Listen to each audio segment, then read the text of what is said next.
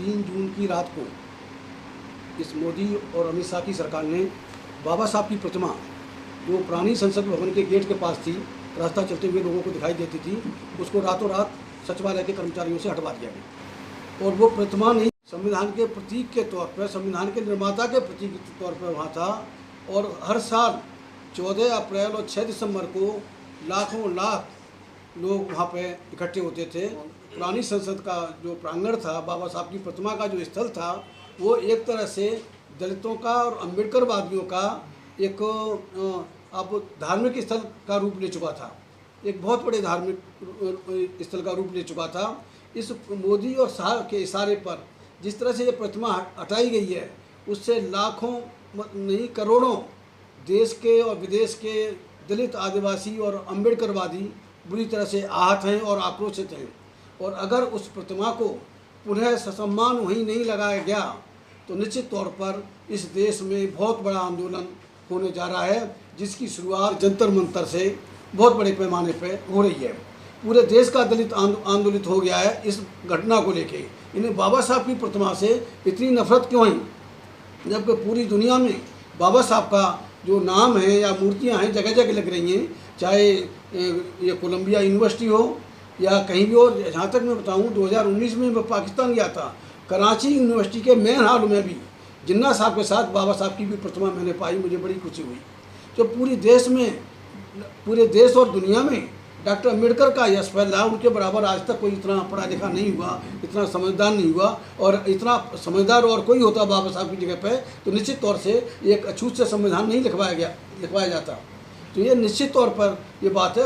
मतलब गांव देहात में तो आपने अक्सर सुना होगा कि बाबा साहब की प्रतिमाएं क्षतिग्रस्त की जाती हैं, तोड़ी जाती हैं, लेकिन संसद भवन से उस मूर्ति को हटाना, क्योंकि वो संसद भवन निश्चित तौर पर आने वाले समय में करोड़ों लोगों का एक मतलब धार्मिक स्थल बन रहा था। उस प्रतिमा को हटाकर इन्होंने करोड़ों लोगों की भावना को, धार्मिक भावना को आहत किया है, जिसके लिए ये समाज इनको कभी माफ़ नहीं करेगा। अम्बेडकरवादी, देश और दुनिया का अम्बेडकरवादी माफ़ नहीं करेगा। इसलिए हम मोदी, अमित शाह और इस सरकार से, संघीय बजरंगी सरकार से गुजारिश करते हैं कि समय रहते उस बाबा साहब की प्रतिमा को उसी जगह लगाएं और एक नई प्रतिमा, आदम का प्रतिमा जो नई संसद भवन के सामने लगाएं। संगोर को वहाँ से उठाएं, जो राजशाही का प्रतीक है, वहाँ से उसको हटाएं। और मैं चाहता हूँ कि किसी भी तरह से इस देश के मूल निवासी दलित, आदिवासी, पिछड़े, मुस्लिम, बौद्ध, सिख, ईसाइयों की भावनाओं से छेड़छाड़ न करें।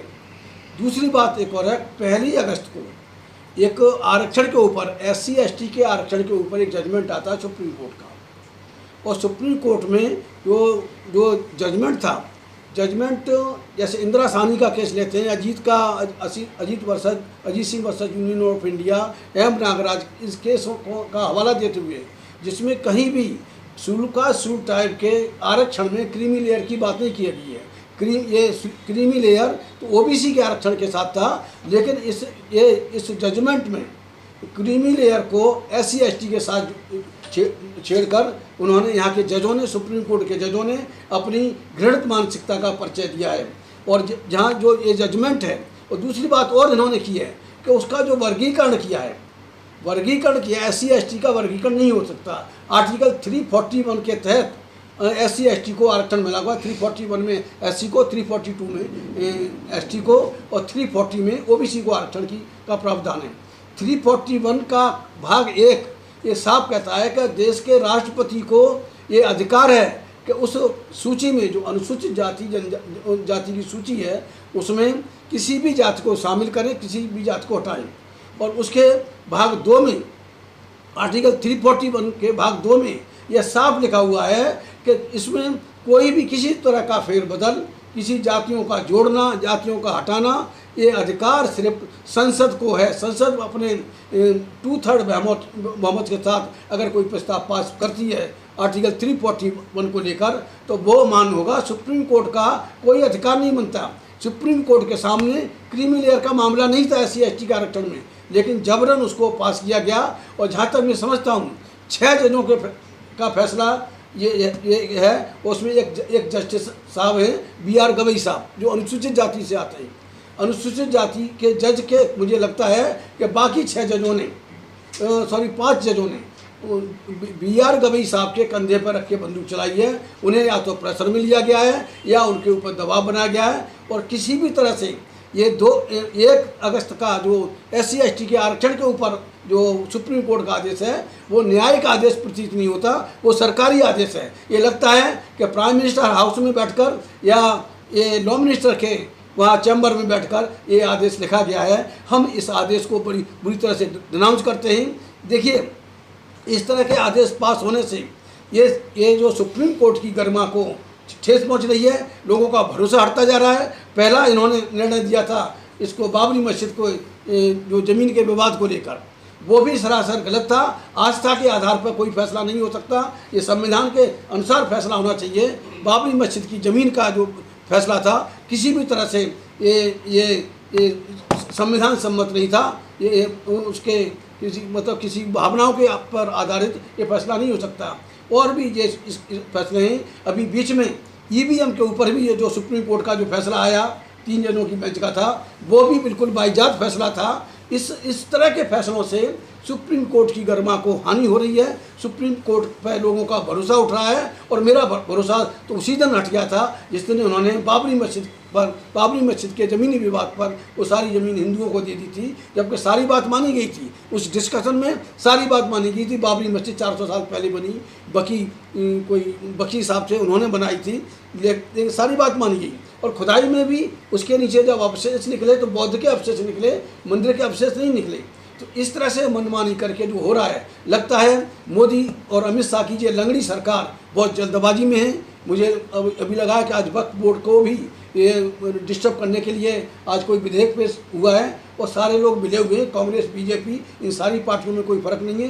बाकी SC/ST, OBC और माइनॉरिटी के जो जितने भी सांसद बैठे हैं वो उनके गुलाम हैं, उनके पालतू कुत्ते की तरह काम कर रहे हैं। तो निश्चित तौर से ये सरकार बहुत जल्दबाजी में है। उन्हें मालूम है कि BJP दोबारा नहीं आएगी। जल्दी ही इस देश का दलित, आदिवासी पिछड़ा लामबंद होगा, और लामबंद होकर इस सरकार को उखाड़ फेंकेगा।